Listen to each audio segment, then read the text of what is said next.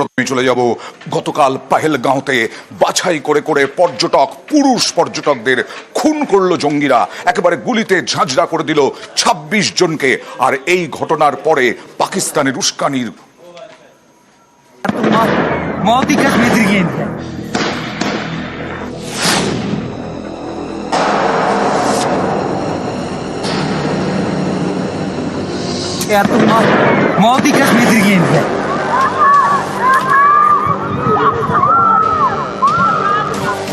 দক্ষিণ কাশ্মীরের পাহেলগাঁও, প্রকৃতি এখানে যেন ক্যানভাস। মঙ্গলবার দুপুরে এই পাহেলগাঁওয়ের বৈসারান উপত্যকায় জঙ্গি হামলা।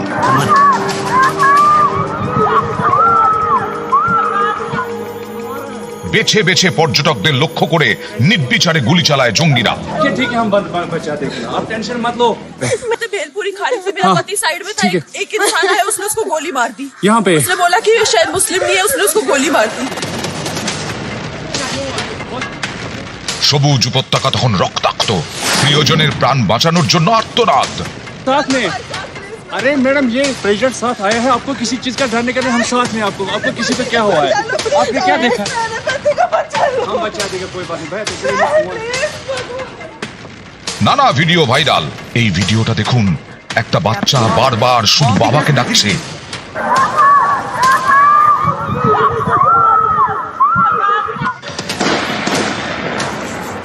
কেউ ভিডিও তুলছিলেন, সেই সময় গুলি। यहाँ पर अटैक हुआ आतंकवादियों का, हम लोग बाल बाल बचे हैं, परमात्मा रक्षा करेगा। পাহেলগাঁওয়ের প্রত্যন্ত এলাকা বৈসারান। এই স্পটে পৌঁছতে হলে গাড়ি থেকে নেমে কয়েক কিলোমিটার হাঁটতে হয়। এরকম একটি জায়গাকে টার্গেট করে জঙ্গিরা। এই হামলায় প্রাণ হারিয়েছেন নৌসেনা আধিকারিক বিনয় নারওয়াল। 16 এপ্রিল বিয়ে করেন, হানিমুনে গেছিলেন কাশ্মীর। 22 এপ্রিল পাহেলগাঁওয়ে সব শেষ। এরকম নৃশংসভাবে পর্যটকদের খুন। এবারও হামলার পেছনে পাক জঙ্গি সংগঠন লস্করে তয়বা। পাহেলগাঁওয়ে হামলা চালায় তাদের শাখা সংগঠন দ্য রেজিস্ট্যান্স ফ্রন্ট। রক্তাক্ত করে ভূস্বর্গ। হামলাকারী জঙ্গিদের তন্ন তন্ন করে খুঁজছে পুলিশ ও সেনাবাহিনী। 4 জঙ্গির ছবি প্রকাশ করা হয়েছে। সন্দেহ করা হচ্ছে এই 4 জনই নাশকতায় জড়িত। পুলিশ জানিয়েছে জঙ্গিরা একটি কালো বাইকে চেপে পৌঁছেছিল বৈসারানে। মাথায় ছিল ক্যামেরা মাউন্টেড হেলমেট, যাতে পুরো হত্যালীলার ভিডিও করা যায়। পরনে ছিল ভারতীয় সেনার পোশাক। তারপর বেছে বেছে গুলি। মোট 26 জনের মৃত্যু। ভূস্বর্গ যেন নরক। टेंशन मत लो, ठीक है, हम बचा देंगे, आप टेंशन मत लो। নিউজ 18 বাংলা। আর্তনাদ, আর্তচিৎকার। ওর মধ্যেই ছিলেন অসমের এক পর্যটক দেবাশিস ভট্টাচার্য। স্ত্রী ছেলেকে নিয়ে গিয়েছিলেন কাশ্মীরের অনুভব, কাশ্মীরের অনুভূতি উপলব্ধি করতে, কাশ্মীর বেড়াতে। সেই দেবাশিস ভট্টাচার্য হাড় হিম করা অভিজ্ঞতা শেয়ার করলেন নিউজ 18 বাংলার সঙ্গে। শুধু তাই নয়, তিনি কিভাবে বেঁচে গেলেন জঙ্গিদের হাত থেকে বুদ্ধির জোরে। দেখুন তার অভিজ্ঞতা। যখন গোলাগুলি শুরু হয়, প্রথম আমরা খুব বুঝতে পারিনি। একজনকে জিজ্ঞেস করেছিলাম, স্থানীয় একজন ফটোগ্রাফার। ও আমাকে বলল যে মাঝে মাঝে বাঁদর নেমে আসে, টুরিস্টদের উৎপাত করে, এজন্য ফরেস্ট ডিপার্টমেন্টের লোকজন এসে ব্ল্যাঙ্ক ফায়ার করে। তো সেভাবে ক্যাজুয়ালি নিয়েছি। তারপর ফায়ারিং এর সংখ্যাটা বাড়তে থাকলো, 2, 3। আমার ছেলে ছিল আমার পাশে, উল্টো দিকে মুখ করা। সে দেখলো তার চোখের সামনে 2 জন মানুষ হেঁটে যাচ্ছে। একজন গানম্যান খুব কাছাকাছি গিয়ে একজনকে গুলি করে ফেললো। তো এটা দেখে সে আমাকে ইশারা করলো এবং আমি, আমার স্ত্রী, আমার ছেলে, আমরা একটা গাছ এর নিচে আশ্রয় নিলাম। তারপর আমাদের এখানে আরো লোকজন, মুহূর্তের মধ্যেই 15 জনের মতো মানুষ আমরা ওই গাছতলায় শুয়ে পড়লাম। তখন গানম্যান আমাদের এখানে এলো। একজন লোক তখনও শুতে পারেননি, তিনি দাঁড়িয়ে আছেন, শোবেন ভাবছেন হয়তো। তাকে একটা কিছু বললো, বলে আর 1 সেকেন্ডের মধ্যেই সরাসরি গুলি করে লুটিয়ে পড়েন আমার পাশে। ওনার পা আমার কাঁধের উপর এসে পড়ে এবং পরে আমি জ্যাকেটে একটু রক্তের দাগও দেখেছি। থোড়া ভদ্রলোকেরই হবে হয়তো। তো তারপর ওখানে আমাদের একটু পাক খায় কয়েকবার, ঘুরে মানুষটা। ঘুরতে থাকে, আমাদের দিকে কটকট করে তাকায়, মুখটা ঢাকা। আর এখানে লোকজন সবাই ওই লা ইলাহা ইল্লাল্লাহ বলছিল, দেখা দেখি আমরাও লা ইলাহা ইল্লাল্লাহ সবাই মিলেই বলছি। তো লোকটি নাকি, আমি তো আর চোখ তুলে তাকাইনি, লোকটি এটা বুঝতে পেরেছি লোকটি আমাকে প্রশ্ন করছে, ক্যা বল রে হো। আমি তো একটু ভয়ে গলাটা জড়িয়ে যাচ্ছে, তবুও ওই লা ইলাহা ইল্লাল্লাহই বলার চেষ্টা করেছি, বলেওছি। ছেলে নোটিশ করেছে, আমার একটু পেছনে ছেলে শুয়েছিল, ছেলে নোটিশ করেছে যে আমার দিকে গান পয়েন্ট করা ছিল, সেটা আস্তে আস্তে উঠিয়ে লোকটা আরো কয়েকবার আমাদের পাক খেয়েছে। এখানে একজনকে মেরে আমরা 15 জনের মতো মানুষ শুয়ে আছি, কয়েকবার পাক খেয়ে তারপর গাছটা পেরিয়ে মানে আমাদের ছেড়ে অন্যদিকে চলে যাচ্ছিল। প্রায় 20 মিটার মতো দূরে সরে যাওয়ার পরে আমরা দৌড়ে পেছনের দিকের ফেন্সিং এর কাছাকাছি ছিলাম আমরা, তো দৌড়ে আমরা ফেন্সিং এর ওখানে যাই। 10 ফুট মতো উঁচু হবে ফেন্সিং। কোনোভাবে ফেন্সিংটা আমরা ক্রস করি, আরো কয়েকজনও করে, এবং তারপরে আমরা পাহাড়ে উঠতে শুরু করি। চড়াই অনেকটা পথ উঠলাম, তারপর কোন দিকে যাচ্ছি এগুলো খুব স্পষ্ট নয় আমাদের কাছে সেখানে। এবং তখনও কিন্তু নিচে গুলির শব্দটা শুনছি, আধ ঘন্টা মতো গুলির শব্দ শুনেছি, এবং আমরা পাহাড়ে 2 ঘন্টার কিছু বেশি সময় ছিলাম। তো ঘুরতে ঘুরতে পাহাড়ে আমরা ওই ঘোড়ার পায়ের চিহ্ন ধরে ধরে এগোচ্ছিলাম। একটা ছোট্ট গ্রামে গিয়ে পৌঁছাই, সেই গ্রামের একজন, ওই সময়ে আমার মোবাইলে নেটওয়ার্ক আসে, আমরা যে ড্রাইভারকে নিয়ে গেছিলাম ড্রাইভার ফোন করে, এবং আমি তো ড্রাইভারকে কোন জায়গায় আছি বোঝাতে পারি না। তো তখন ওই কাশ্মীরি একটি বাড়িতে আমরা ঢুকি, এবং বাড়ির মহিলাটি বাইরে ছিলেন, কিছু কাজ করছিলেন। বললাম যে আপনি একটু বুঝিয়ে দিন আমরা কোন জায়গাতে আছি এবং কোন পথে আমরা নামবো। তো মহিলাটি বুঝিয়ে দিলেন কাশ্মীরি ভাষায়। তারপরে উনি আমাদের বলে দিলেন যে এই পথে আপনারা এগিয়ে যান, আপনারা নামুন। তারপর ড্রাইভার আমাদের ঘোড়ার শহীদদের সঙ্গে যোগাযোগ করে ঘোড়াও এই পথে এগোতে থাকে। তো আমরা অনেকটা পথ এগিয়ে নেমে তারপর আমাদের ঘোড়াগুলিকে পাই। তখন আমাদের সঙ্গে ছত্তিশগড়ের একটি পরিবারও বিচ্ছিন্ন হয়ে গেছে, শুধু স্ত্রী এবং মানে মা এবং মেয়ে, 7 বছরের হবে মেয়েটার বয়স, আর মা। কোন রকম আমাদের সঙ্গে চলতে পারছিলাম না আমরা কেউই, কোন রকম কষ্ট করে আমরা ওই ঘোড়ার পাশে এসে পৌঁছাই। ঘোড়া আমাদের সবাইকে নিয়ে নিচে নেমে আসে। তখন তারপরে আমরা ড্রাইভারের সঙ্গে যোগাযোগ হয়, ড্রাইভার এগিয়ে আসে এবং আমরা সরাসরি পেহেলগাঁও থেকে শ্রীনগরে চলে আসি। আপনারা যখন গিয়েছিলেন ওখানে, যখন উপলব্ধি করতে গেছেন, অনুভব করতে গেছেন একটা ভূস্বর্গের অনুভূতি পেহেলগাঁওয়ের ওই ভ্যালিতে, তখন কি কোনো সেনাবাহিনীর মানে চলাচল দেখেছেন? পুলিশ ছিল না? ছিল না, অন্তত আমার চোখে পড়েনি। গতকালের এই নৃশংস নারকীয় ঘটনার তীব্র নিন্দা করেছিলেন মুখ্যমন্ত্রী মমতা বন্দ্যোপাধ্যায়। আজকে বললেন জঙ্গিদের কোনো জাত হয় না। Totally we condemn all this. কি হয়েছে না হয়েছে ডিটেলস পরে দেখুন, কিন্তু এখন অ্যাট প্রেজেন্ট ওই কন্ডেম স্ট্রংলি, টোটালি। এদের কোনো জাত হয় না, কোনো ধর্ম হয় না, এরা একটা ট্রাস্ট, এদের ক্ষমাও করা যায় না। আমি ভেবে পাচ্ছি না এতক্ষণ সময় লেগেছে, বেছে করেছি যেগুলো। তো ওখানে তো অনেক আর্মি ছিল, এমনিতে তো border area, sensitive area.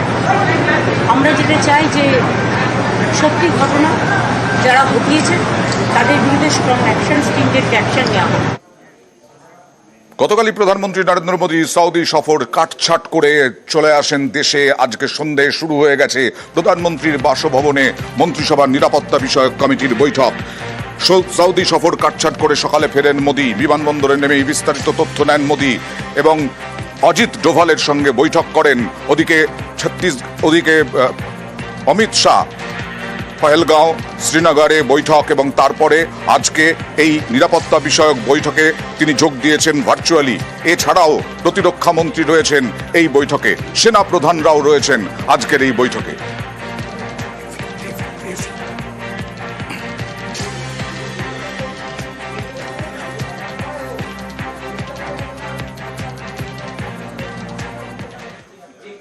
Kashmir নয়, কাশ্মীরকে অশান্ত করার চেষ্টা নয়, আসলে হিন্দুত্বই টার্গেট এই জঙ্গিদের। পেহেলগাঁওয়ে বাছাই করে করে পর্যটক তো খুন করেছে জঙ্গিরা, তাছাড়াও মহিলাদের আলাদা করা হয়েছে, পুরুষদের আলাদা করা হয়েছে, দেখা হয়েছে কারা হিন্দু, যদিও তারই মধ্যে একজন ঘোড়া চড়ানোর ব্যবসায়ী ছিল মুসলিম, তাকে সে ঝাঁপিয়ে অস্ত্র কেড়ে নেওয়ার চেষ্টা করে তাকেও প্রাণে মেরে ফেলে জঙ্গিরা। হিন্দুত্বকেই টার্গেট কি, এই প্রশ্ন বারবার উঠছে। এই জঙ্গিদের হিন্দুত্বের টার্গেট ছিল হিন্দুদের, কারণ জানা যাচ্ছে জামা কাপড় খুলেও পরিচয় জানার চেষ্টা। खुदाया कहाँ पे आपका बेटा, कहाँ पे है? कोई बात नहीं, हम इनके साथ है। ये प्रेसिडेंट है, वही साहब ये यूनियन का प्रेसिडेंट है, ये साथ नहीं, आपको कोई टेंशन नहीं। मैडम आप कोई टेंशन मतलब, हम साथ में। अरे मैडम ये प्रेसिडेंट साथ आया है, आपको किसी चीज का डरने के लिए हम साथ में। आपको किसी को क्या हुआ है? आपने क्या देखा है यहाँ पे? भेलपुरी खा रही थी, मेरा पति साइड में था, एक इंसान आया, उसने उसको गोली मार दी। यहाँ पे उसने बोला कि शायद मुस्लिम नहीं है, उसने उसको गोली मार दी। नहीं, आप टेंशन मत लो। अब बेटा आप यहाँ पे रहो, हम साथ में। मैडम ये जो वहीद साहब है प्रेसिडेंट, आप टेंशन मत लो, मेरे पति को बचा लो। हम बचा देगा, कोई बात नहीं। बेहतर ठीक है, हम बचा देंगे ना, आप टेंशन मत लो। मैं आ रहा हूँ। मैं कहाँ पे आपका ये हस्बैंड? क्या हुआ इसको, क्या हुआ? Please ask for help. We don't need. Okay, don't worry. You okay? You need a water, sir? Sir, we'll manage. Just ask for help. Okay, you first you give the hands water, drop of water. Take a drop of water, sir. यहाँ पर attack हुआ आतंकवादियों का, हम लोग बाल बचे हैं, मगर परमात्मा रक्षा करेगा।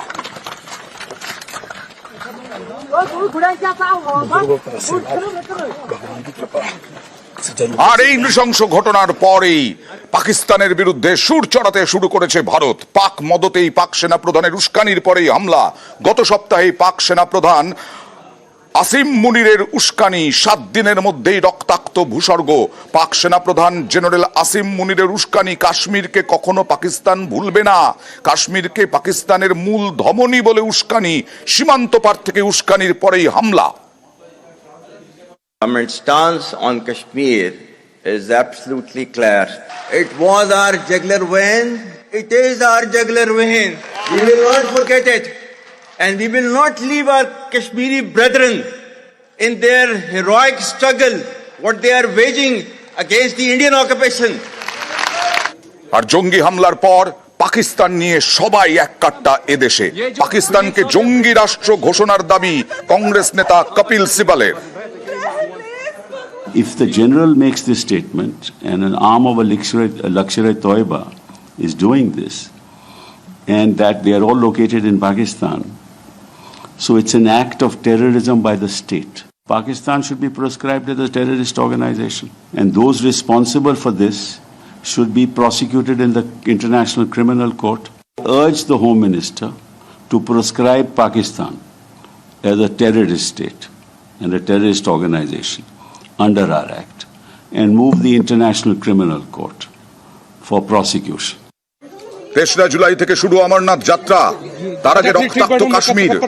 পহেলগাঁওয়ে পর্যটকদের ওপর লস্কর-ই তৈবা, তাদের হামলা। দক্ষিণ কাশ্মীরের অনন্তনাগ জেলায় পহেলগাঁও। এই পহেলগাঁও থেকে 16 কিলোমিটার দূরে চন্দনওয়াড়ি থেকে জুলাইয়ে শুরু হয় অমরনাথ যাত্রা। সেই পহেলগাঁওকেই রক্তাক্ত করলো পাক জঙ্গিরা। বেছে বেছে মারা হলো পর্যটকদের, যাতে পর্যটকদের মধ্যে আতঙ্ক তৈরি হয়। আর কিভাবে জঙ্গিরা পরপর হামলা চালিয়েছে। গত বছর জুনে কাশ্মীরের রিয়াসিতে পর্যটকদের ওপরই হামলা চালায় জঙ্গিরা। পর্যটকবাহী বাসে লস্কর জঙ্গিদের হামলায় 9 জনের মৃত্যু হয়। এর আগে 2017-র অনন্তনাগে জঙ্গি হানায় 8 জনের প্রাণ যায়। সেখানেও বাসে হামলা চালায় জঙ্গিরা। দুক্ষেত্রেই পর্যটকরা অমরনাথ যাত্রা থেকে ফিরছিলেন। टेंशन मत लो मैडम, हम आ रहे हैं। मैंने खुदाया कहाँ पे आपका बेटा, कहाँ पे है? कोई बात नहीं, हम इनके साथ है। ये प्रेसिडेंट है, वही साहब ये यूनियन का प्रेसिडेंट है, ये साथ नहीं, आपको कोई टेंशन नहीं। मैडम आप कोई टेंशन मतलब, हम साथ में। अरे मैडम ये प्रेसिडेंट साथ आया है, आपको किसी चीज का डरने के लिए हम साथ में। आपको किसी আর নিখুঁত পরিকল্পনা করে জঙ্গিরা এই হামলা চালালো কিভাবে? একেবারে হেলমেট পরে, হেলমেটের মধ্যে ক্যামেরা লাগিয়ে, যাতে ভিডিওগ্রাফি করা যায় এই হামলার। শুধু তাই নয়, এটা একটা প্রত্যন্ত গ্রাম পাহেলগাঁওয়ের, সেই প্রত্যন্ত গ্রাম থেকে হাসপাতালে নিয়ে যাওয়া অনেক সমস্যার, এছাড়াও সময় সাপেক্ষ, এছাড়াও যোগাযোগ করা সেটাও সময় সাপেক্ষ। কিন্তু অদ্ভুত ব্যাপার, এই পাহেলগাঁওয়ের প্রত্যন্ত গ্রামে দেবাশিস ভট্টাচার্য, যিনি বেঁচে যাওয়া এক পর্যটক, তিনিও বলেছিলেন একজনও সেনাকে দেখা যায়নি, একজনও পুলিশকে দেখা যায়নি। এই প্রত্যন্ত গ্রামই বেছে নিয়েছিল এই জঙ্গিরা। मैडम, ये जो भहीर साहब है प्रेसिडेंट, आप टेंशन मत लो, मेरे पति को बचा लो। हम बचा देगा, कोई बात नहीं भैया। ठीक है, हम बचा देंगे ना, आप टेंशन मत लो, मैं आ रहा हूँ। मैं প্রাক্তন সেনাপ্রধান জেনারেল শঙ্কর রায়চৌধুরী, তার দাবি কিভাবে ঘটলো এমন ঘটনা বড় সড় গোয়েন্দা ব্যর্থতা বলে মনে করছেন প্রাক্তন সেনাপ্রধান শঙ্কর রায়চৌধুরী, জেনারেল শঙ্কর রায়চৌধুরী। वाटर सर, আগাম সতর্কতা যদি কেউ পেয়ে থাকে, পুলিশ হোক আর্মি হোক, পয়েন্ট ইজ সতর্কতাটা পায়নি। কেন পায়নি সেটা দেখা দরকার, সরকারকে দেখা দরকার, সরকার ইনক্লুডিং মোদি সরকারকে দেখা দরকার। কি করে হলো, কি করে? প্রত্যেকটাতে আমরা তার বদলা নেব, বদলা নিলে তো হয় না, আগে থেকে করতে হয়। Major failure intelligence. উনি তো বললেন যে কি আমরা কড়াই কান্নায় হিসেব চোখাবো, এ বলেও তো লাভ নেই, যারা গেছে তারা গেছে। এটা আর্মির কাজ ছিল না, এটা পুলিশের কাজ ছিল, পুলিশ কিংবা অন্য এজেন্সির কাজ ছিল। আর্মির ফেলিয়ারটা এইটাতে তো ফ্র্যাঙ্কলি আমি বিশেষ খুঁজে পাচ্ছি না। পাকিস্তানের সঙ্গে বর্ডার আছে, তার জন্য আর্মি ফুলি রেসপন্সিবল। ভেতরকার এই intelligence army is not responsible. Lapse হয়েছে কোনো, এখন বলে তো কোই লাভ নেই। ঘর মে ঘুষকে মারুঙ্গা চুন চুনকে, লাভ নেই, চলে ওরা মেরে চলে গেছে। ইতিমধ্যেই 4 জন জঙ্গির ছবি প্রকাশ করা হয়েছে, 3 জনের নাম পাওয়া গেছে। এই 4 জন জঙ্গির ছবি প্রকাশ করা হয়েছে, স্কেচ আঁকা হয়েছে, এবং শুধু তাই নয়, একটা নাম্বার প্লেটহীন বাইক উদ্ধার হয়েছে, কালো রঙের বাইক, ওই ঘটনাস্থল থেকে। কথা বলবো, আমাদের সঙ্গে রয়েছেন মুদাসির কাদরি, আমাদের প্রতিনিধি, নিউজ 18 প্রতিনিধি। কাদরি जी, फिर से सवाल है वो कि नंबर प्लेट बाइक कहां से आया? उधर तो आर्मी का तैनात है पूरा। बिल्कुल बिल्कुल, आपका कहना सही है कि कई सवालात जो है वो खड़े हो रहे हैं। और जिस तरह से हमने पहले भी बताया कि जो कश्मीर है और यहाँ पे सिक्योरिटी जो है हाई अलर्ट पे रहती है। और खास तौर पर पहलगाम की अगर हम बात करेंगे, यह न सिर्फ जो पर्यटक है, पर्यटन स्थल है उसके लिए प्रसिद्ध है, बल्कि यहाँ से जो अमरनाथ यात्रा जाती है तो अमरनाथ यात्रा का पहला पड़ाव भी पहलगाम को माना जाता है, पहलगाम है। और जिस तरह से यहाँ पर अब हाई सिक्योरिटी जोन भी है, और उसके बावजूद भी जिस तरह से जो टेरर ग्रुप्स वहां पे पहुंचे बाइसरन वैली पे, क्योंकि काफी ऊंचाई पर ये वाक़ा है। और हमने पहले भी बताया कि जो हिमालयन पहाड़ी रेंज है तो वहां पर इस तरह का ग्रुप पहुंचना यकीनी तौर पर कई सवालात को जन्म दे रहा है। और ऐसे में जिस तरह से जो बाइक वहां पर पाई गई है, जिसका नंबर भी नहीं है, बिना नंबर के बाइक है, तो सस्पिशियस हालात में वो बाइक जो है वो पाई गई और उसके बाद उसको जब्त कर लिया गया है पुलिस की जानिब से। और उच्च स्तर की जो तहकीकात है,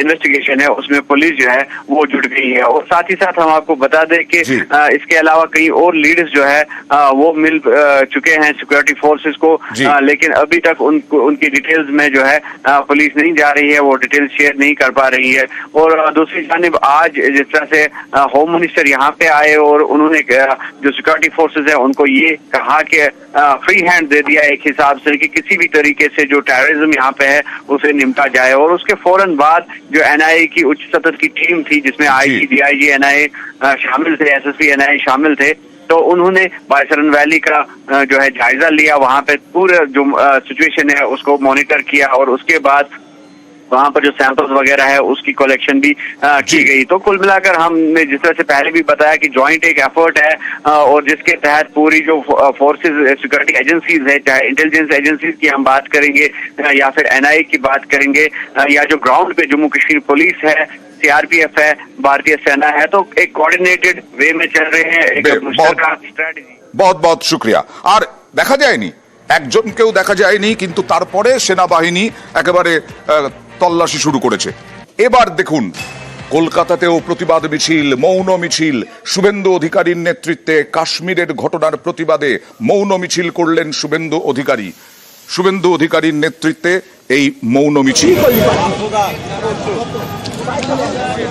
মৌলালি থেকে প্রতিবাদ মিছিলে শুভেন্দু অধিকারী।